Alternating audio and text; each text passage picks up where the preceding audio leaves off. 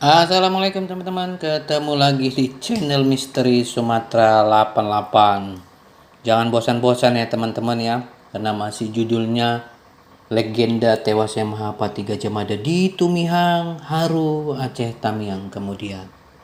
Karena kisah ini bukan kisah omong kosong teman-teman. Ada legenda, ada penuntun. Melibatkan tiga kerajaan besar, Majapahit, Pagaruyung, dan Negeri Aru. Yang perlu kami sampaikan di sini teman-teman, di mana ada legenda, ada dongeng, pasti ada sesuatu pernah terjadi. Nah, untuk episode ini kita akan membuka lembaran baru. Episode 39 dengan judul Apa yang terjadi jika dulu Aditya Warman mau membantu Majapahit menjadi pangkalan militer dan membantu menyerang negeri Haru. Kami jawab langsung ya sebelum kami terangkan ini ya teman-teman ya. Jawabannya adalah tidak akan ada negara Indonesia dan agama Islam menjadi minoritas. Oke, kita lanjut ya. Kita akan jelaskan sebabnya. Pengaruhnya besar, teman-teman. Jadi legenda tewasnya Gajah Mada di Tumihang itu punya efek yang luar biasa sampai sekarang. Oke teman-teman, seperti biasa kami minta teman-teman mempelajari ini dari awal seri 1 sampai 27, siap-siap mental dengan pola yang kami sampaikan karena kami punya cara sendiri ya, gaya Sumatera banget. 27 ke atas baru lebih low. Oke, dan ini bukan dongeng, jangan bilangkan dongeng karena di tempat lain dongeng kenapa dipercaya. Dan jangan bilang ini cocokologi, karena kami akan sampaikan kenapa kita para raton dipercaya, padahal itu tidak tahu siapa yang nulis. Anonim, kalau dicek di Google tuh anonim. Belanda aja bingung, ditulis 350 tahun sesudah tewasnya Kertanegara, 350 tahun dan dipercaya berabad-abad.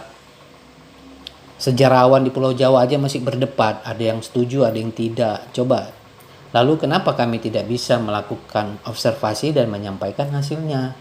Karena ini kan masih dugaan. Oke teman-teman, kita langsung masuk ke topik. Jika Aditya Warman benar-benar membantu Majapahit menjadikan wilayahnya sebagai pangkalan militer dan turut membantu menyerang negeri Haru, maka beberapa skenario alternatif sejarah akan bisa muncul. Yang pertama, Majapahit meningkatkan hegemoni di Sumatera. Dengan dukungan Aditya Warman, Majapahit dapat memperluas pengaruhnya di bagian barat Nusantara lebih cepat dan lebih stabil.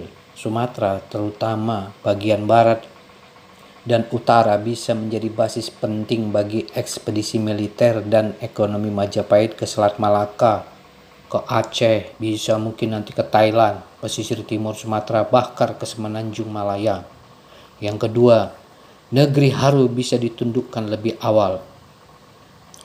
Negeri Haru adalah kerajaan yang cukup tangguh dan punya hubungan dengan dagang luas, termasuk dengan dunia Islam awal. Jika ditaklukkan lebih awal, jalur dagang timur Sumatera bisa dikuasai penuh oleh Majapahit, mempercepat kontrol ekonomi dan politik di Selat Malaka. Yang ketiga, Aditya Warman lebih dekat ke Jawa daripada membentuk kerajaan mandiri. Dalam sejarah nyata, Aditya Warman akhirnya mendirikan kerajaan sendiri di Minangkabau dan cenderung menarik diri dari pengaruh langsung Majapahit. Tapi jika ia tetap loyal dan menjadi semacam gubernur besar Majapahit di Sumatera seperti rencana awal dari kerajaan Majapahit, kemungkinan besar struktur pemerintahan Majapahit di luar Jawa lebih terorganisir, mirip model kekaisaran. Jadi Sumatera itu nanti gubernur besarnya ya Aditya Warman gitu. Sebenarnya itu dicontek sama Belanda di kemudian hari. Pola itu di kemudian hari sebenarnya dicontek oleh Belanda. Yang keempat, konflik budaya dan identitas lokal bisa muncul. Dukungan militer terhadap Majapahit yang bercorak Hindu, Buddha, Jawa bisa menimbulkan resistensi dari masyarakat lokal, terutama yang memiliki struktur adat kuat seperti Minangkabau. Jadi adat-adat di Minangkabau yang kita lihat sekarang itu sebelum Majapahit datang itu sudah ada ya teman-teman. Itu sudah berbagai proses dijalani. Dan ini bisa memicu pergeseran budaya atau bahkan perlawanan lokal di kemudian hari. Yang kelima, peta Islamisasi Sumatera bisa berubah. Salah satu kekuatan negeri Haru adalah keterkaitannya dengan Islamisasi awal di Sumatera Utara.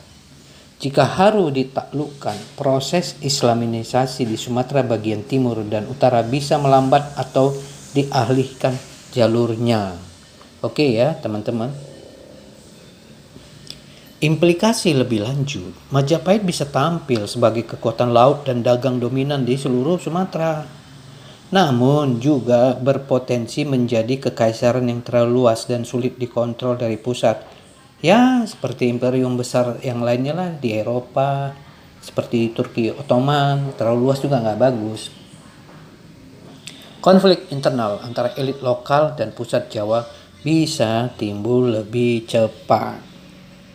Dan yang paling perlu diperhatikan adalah jika negeri Haru ditaklukkan lebih awal oleh Majapahit, terutama jika Aditya Warman membantu membangun pangkalan militer di Sumatera, maka proses Islamisasi di Sumatera akan terhambat dan dampaknya akan menjalar ke Nusantara. Oke, kita jelaskan dampak spesifiknya. 1. Jalur Islamisasi Timur Sumatera terganggu. Haru adalah bagian dari jalur dagang penting yang menghubungkan dunia Islam Gujarat Arab ke pedalaman Sumatera. Jika Haru runtuh dan wilayah timur dikuasai Majapahit, maka Samudra Pasai terisolasi. Lalu akses ke Malaka dan ke pedalaman terganggu. Dan ulama dan pedagang muslim tertekan atau tersingkir. Oke, kedua, Islamisasi melambat atau berpindah jalur. Penyebaran Islam terpaksa berpindah ke barat, mungkin ke Barus, mungkin ke tempat lain. Namun wilayah-wilayah itu masih dominan Hindu-Buddha atau adat. Sulit diakses karena medan dan politik lokal. Islamisasi ke daerah Minangkabau, Tapanuli, Jambi hingga ke selatan akan melambat signifikan. 3. Nusantara butuh waktu lama untuk menjadi wilayah muslim karena Islam datang ke Jawa, Kalimantan, Sulawesi, dan Nusa Tenggara lewat jalur laut dan pusat-pusat dagang. Jika jalur utama Pasai, Haru, Malaka, Jawa terganggu, maka Islamisasi ke Jawa akan terlambat. Islamisasi di Kalimantan dan Sulawesi pun terdampak karena pusat dakwah terputus. Konsekuensi jangka panjang, Majapahit dan sistem Hindu-Buddha bisa bertahan lebih lama atau dominan hingga abad ke-16. Coba bayangkan teman-teman, jika sampai abad 16 Majapahit masih berkuasa di Sumatera ini, jika terjadi ini semua, wah kita udah, teman-teman mungkin nggak akan lihat namanya masjid, sulit itu teman-teman, percayalah. Karena dari kejadian dia mengalahkan Arut itu tahun 1300, kalau abad ke-16 berarti 1500, 300 tahun kemudian. Wah, beda lah teman-teman. Lanjut. Islamisasi baru akan menyebar kuat setelah Majapahit benar-benar runtuh atau setelah Malaka menjadi pusat Islam baru.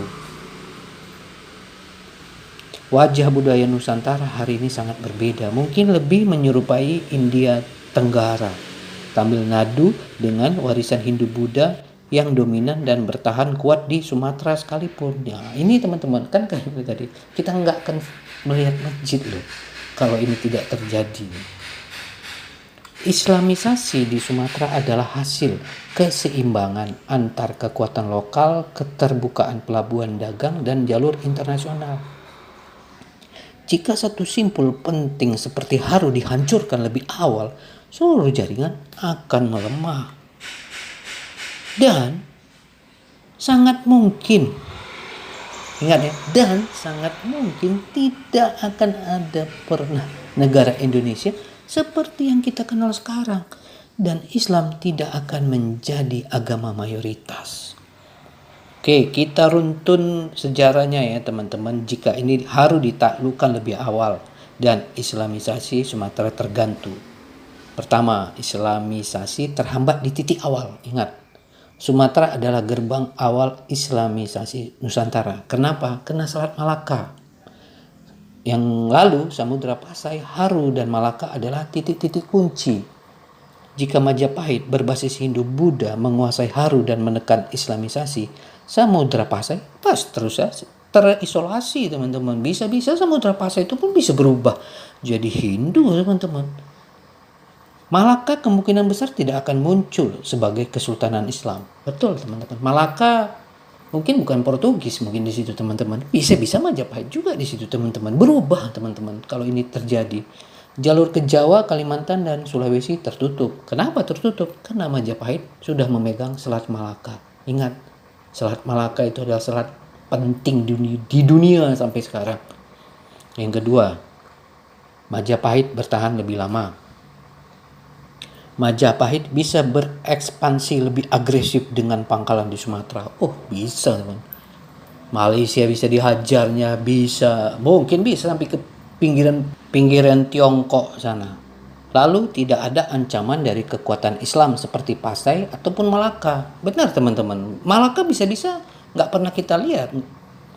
Lalu budaya dan sistem Hindu-Buddha, Siwa-Buddha bisa menginspirasi pembentukan negara besar bercorak Hindu-Buddha di seluruh Nusantara. Yaitu, jadi bisa nggak ada pokoknya Indonesia lah teman-teman, nggak ada itu. 3. Pembentukan negara Indonesia tak akan terjadi. Ini, gagasan Indonesia adalah hasil penyatuan budaya dan bahasa lewat Islam dan perdagangan, jaringan pesantren, ulama, dan pedagang Muslim antar pulau dan etnis-etnis lainnya. Ingat ya, gagasan Indonesia adalah hasil dari penyatuan budaya dan bahasa lewat Islam dan perdagangan, dan jaringan pesantren, ulama, dan pedagang Muslim antar pulau dan etnis-etnis lainnya. Tanpa penyebaran Islam tidak akan ada jaringan kultural yang mengikat antara Jawa, Sumatera, Kalimantan, Sulawesi, dan Maluku. Sebaliknya akan muncul kerajaan-kerajaan besar yang terfragmentasi berdasarkan warisan Hindu-Buddha atau animisme lokal mirip India sebelum penyatuan. 4. Agama Islam tetap minoritas. Pasti itu teman-teman. Islam mungkin hanya berkembang terbatas di Aceh atau pantai barat Sumatera. Mayoritas Nusantara akan tetap beragama Hindu-Buddha ataupun campuran lokal sinkretik.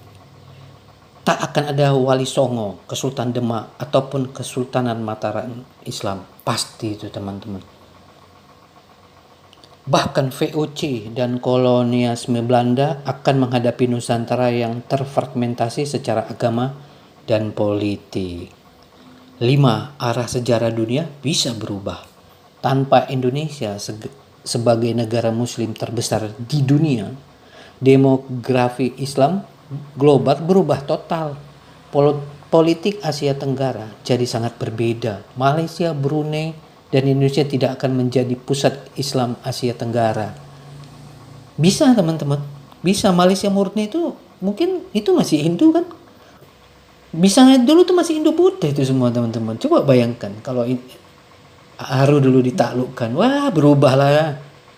Perjuangan kemerdekaan Indonesia tak akan pernah terjadi dalam bentuk yang kita kenal. Pasti itu teman-teman.